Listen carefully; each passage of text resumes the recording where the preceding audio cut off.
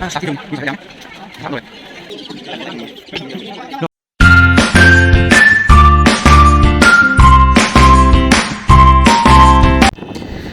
everyone, punmo po amuka hana aigi channel taram na wakchari ngasidi aigi nungshiriba viewers khudingmak po aina Shiv Ching khuramba pugadabani adu mayamna video sibu leba fo yengbiyu haibadi aiga punna koimina siba aikhoi hojik thogla e adu mayam mafam khara phajaba singje adum yengmina siba yam phajara sune dum yengoba hojik akhoi sina akhoi puthigal khara lan khatlaga leiba tea garden neba tea factory ni mayam sida photoshoot ka tawning bale ka su swaida dum lakpiyo yabani mafam su yam phajabani mi ayam dum laga khoi photo gumba dum nami adu mayam su lakpiyo aduga photoshoot gumba tawning bale ka su dum tawba lakpiyo hojik ayuk su yam inge laichil ka se thari se dugini akhoi 6:30 da thorakpani wa thorakpadi adu yam ingi hai tare kaim udre mamang da ka laichil yam tharam yam phangse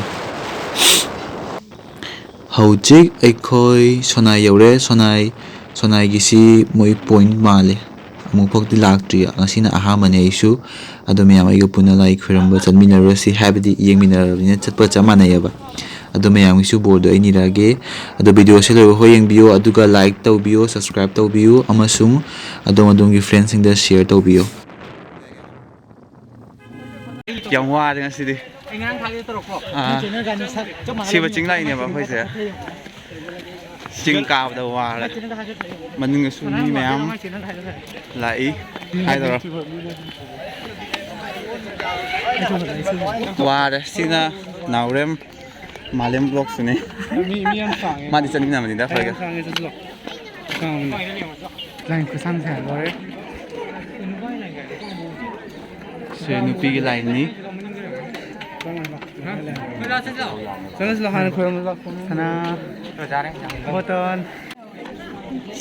se nupi ngai line lepi koi su lep trom hodi khoram do sina sigani mi dum tille lockdown su lora mina handak ti mi khara tille mayam lepna ria koi su line lep trom hi changaga mi la ko loina ringan budinga leba duna khoi dum khara ngana lai hai tare ai su jing lo yam tille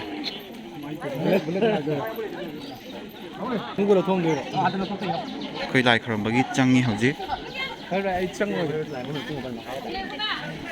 si ai ngasi na ha mane su lai se khoi gi hanagi ahan singna kai hai ta saramba hai gadra aduni ngasi na first ne su yeng mi yam tin nu pa gi line li do khoi di line le pani ai chapal lau thoke ko ding hala roi ge ai si mut tung lak pane ba so ai giro okay oina laure ngasai dai saksia mu utre ba malem khau ji lai khoram ba change tauri ani thong na ko line siga jungom mage denge kendal lo so ge ro ji yam denge ta paro ai mai đâu vậy ai phải kendal je pai đi thọc chồng mà cây bò này cái tay này kendal cần đó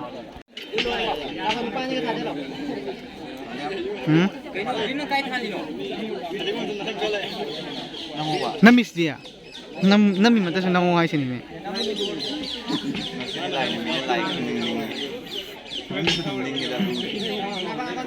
lor apa bor se mayam ki yaw nan dirage ei thon tagi na te no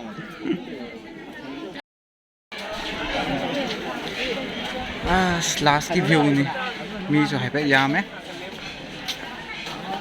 mi sa sa ban lo rồi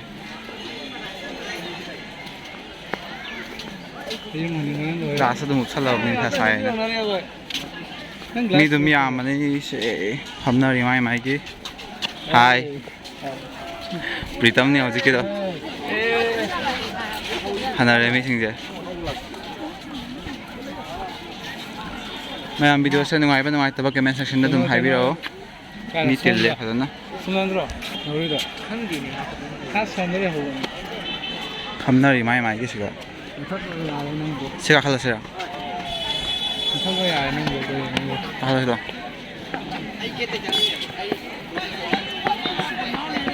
Seri kakak ini mobile kan ni. Ini mana mama thi ni hoji handu. Nah. Mi yau de hanare.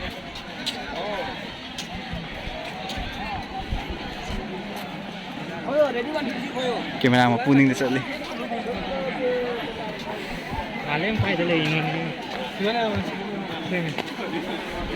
Thôi hầu như hẳn đó đấy, mi mà thì gần rồi rồi. Khang na vào đi, hai tàu rồi khang na vào đi.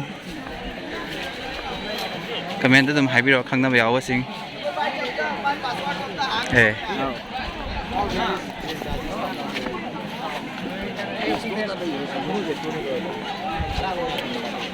Miri dum tile, hoi buding asina first ni to isu. So hoi mana ba. Ni piu nei mana mais. Utti rồi ya. Ready. Kai no, su je le.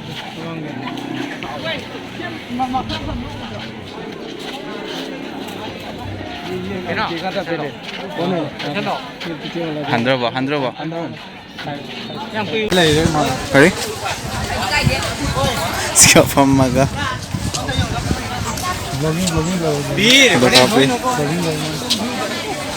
Video ama kakan lagi ko. Kamera. Hulakan niya. Laki. Mai thong cặp na ri sin. Makada semai na thom na ri mi ngam. Ama sa sulay ba.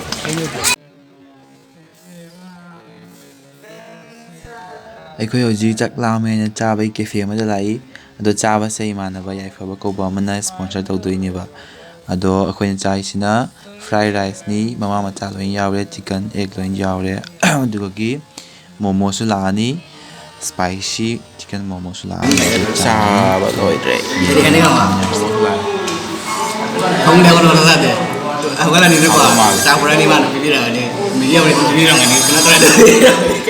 Koi halani hujik koi ring ha chare mayam phangnare mathang ni halai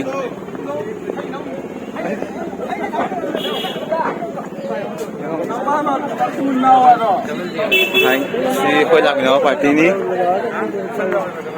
oi ni jaw do bir kana mati kam next minus double jaw do double na loge jaw hai di hayo na mask corona loide ngasidi dum normal da la da ke mo sal daga sam sang ya duna ke upa ba ai to chen ma to jet le mayam du di blog se yam sang na ta su high fat telab na dum thanga da ge mayam yang mina si channel siga nong na lak pa singna like to biro mo subscribe to biro begin nung ara kana comments biro Okay mayam adudi mathang gi video da amuka fangnarasi ngasi gi wendi side loshilage adu mayam subscribe tawba kaun ko so love you until then see you in my next video okay loshilasi yay